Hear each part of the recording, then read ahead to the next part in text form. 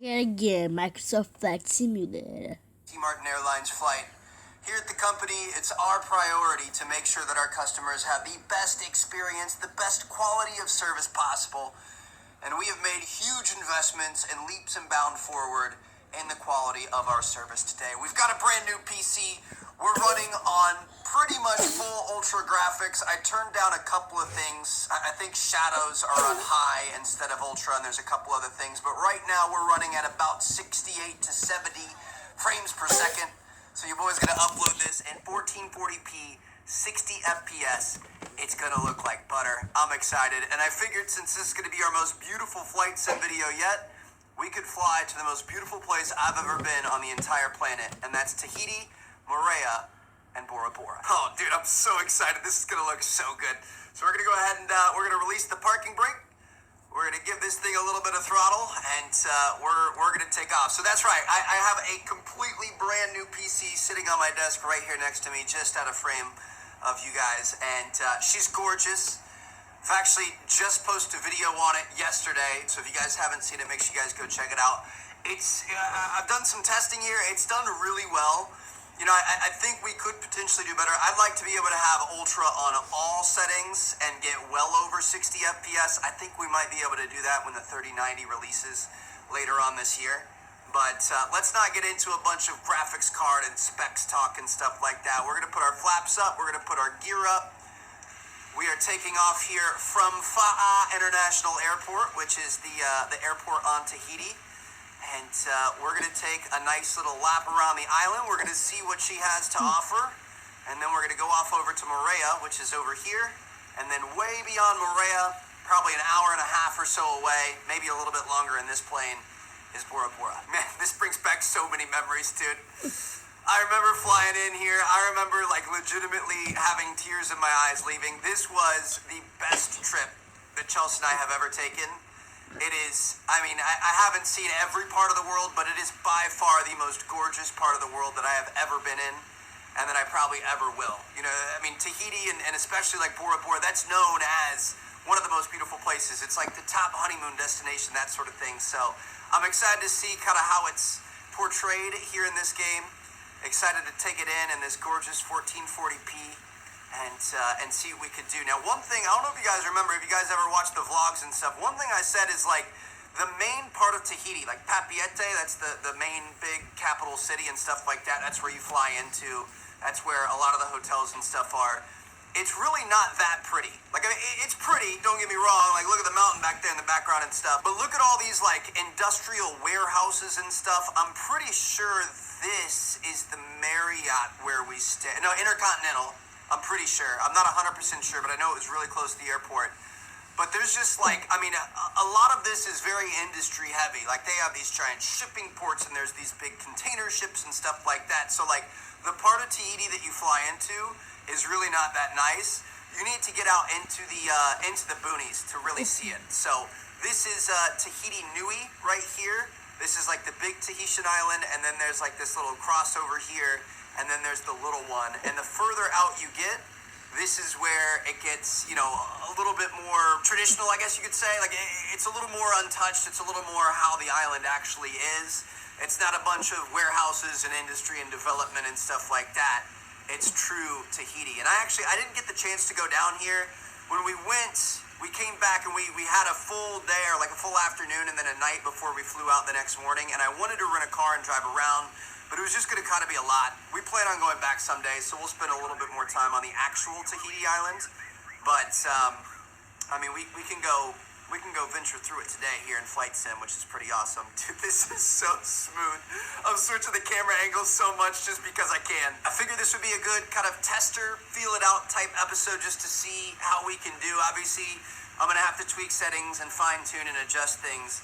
But I want to try out New York City and Japan. Those are the two highest density, most intense places you can fly in this game because of all the individual buildings. So I think we might be able to take it on. We're sitting at about 65 frames right now. I don't think we'd get 65 in New York City, but we'd maybe be able to get 50s or something like that. It might still look pretty good. And like I said, at the end of the month when we get that 3090, it's gonna look even better. Let's Let's go up into the mountains here. This is just incredible, dude. Look at these lush mountains just scraping That's so the clouds. cool. We've got gorgeous beaches and that turquoise water down there on the edge of the island. Oh, this is incredible. We need to try to go find the black sand beach. That was one of the things I really wanted to check out if we ended up renting that car. We need to go see the black sand beach, and we need to go see Chopu. I think another thing that I kind of tried to turn down a little bit just to get us that little extra FPS were the trees. Obviously, individually loading in each tree takes quite a bit of hardware. So, I mean, they look a little soft through here, you know, a little blotchy. But I feel like that's not the worst thing in the world, you know what I mean? As long as we have nice shadows on the mountains and nice detail in the water and in the buildings and stuff like that. If our trees aren't 100% perfect, it's understandable, but they're still on high. They just aren't on ultra. I watched a video on some of the things you can do to kind of beef it up and get an extra like 10 to 15 FPS, which is seeming to work out pretty well for us. This is just, dude, look at the contrast of the green with the blue. Are you kidding me? And here we have it. So this is the black sand beach. I mean, it's kind of a mix of murky, you know, browns and blacks and greens and stuff. Obviously, satellite imagery isn't going to be perfect, but you guys can see there are some beaches that have like the typical white sands, but that one back there was obviously very clearly dark, which is interesting and different. And I'll throw a couple of pictures on screen. It's just striking when you see it. We're going to keep on going. I think we might try to go over towards the little part of the island. Somewhere around here, I believe, is Chopu. I don't think we're really going to be able to see much, if you want me to be honest. The significance of Chopu is it's one of the, like, surfing destinations of the world. It's some of the heaviest, most insane waves.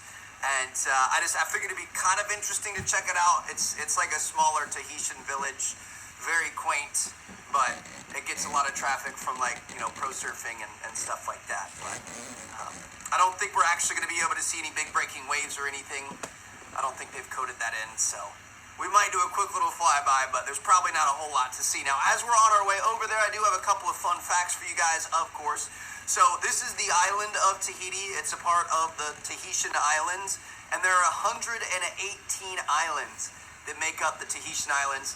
They span an area as large as Europe. Now, obviously, there's a lot of water in between them. It's not nearly that big. I think it's like 4,000 square miles or something like that in total land area. But like their size and their spacing from each other, it's this giant group of islands about the size of Europe. They get fewer tourists per year than Hawaii gets in a day. Think about that. That is insanity. They're actually fairly close to Hawaii. It's you know, south of Hawaii. It's about exactly in between the U.S. and Australia, and it's one of the most remote, beautiful places on Earth. Like, if you want to get away from it all, if you really want to unplug, you just want to get away and have a fantastic time, this is the place to go. The people are the nicest people I've ever met by far. The Tahitian people, the people that we met working at the hotels and stuff like that, just so kind. And tourism's like their main industry. So of course, you know, they're required to be kind, but even the locals, which like a lot of times locals don't really like tourists, here locals were so kind, so friendly. We were blown away at just like what a nice, calm, relaxing, just enjoyable people they were to be around. Look at this view, dude. Just these volcanic mountains peeking up over the clouds in the background. Nothing but gorgeous water.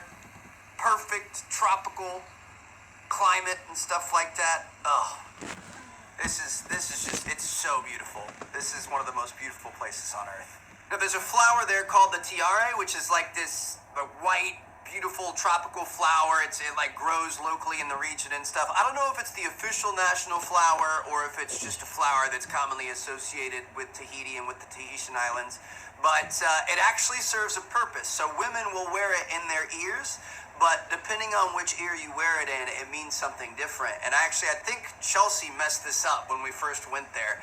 So if you put it in your left ear, that means you're taken. So like, I think technically it means you're married, but like even if you're dating someone or whatever else, you'll put it in the left ear to be like, no, I'm not available, I'm not looking for anything. If you put it in your right ear, it means you're single and ready to mingle. It means you're like actively looking for people. So, I mean, something like that's pretty cool. If you're at the beach, like We're you're gonna local, end you're the growing video up with TV or here. something like that. Today we're gonna that part 2 of this. See you in the next video.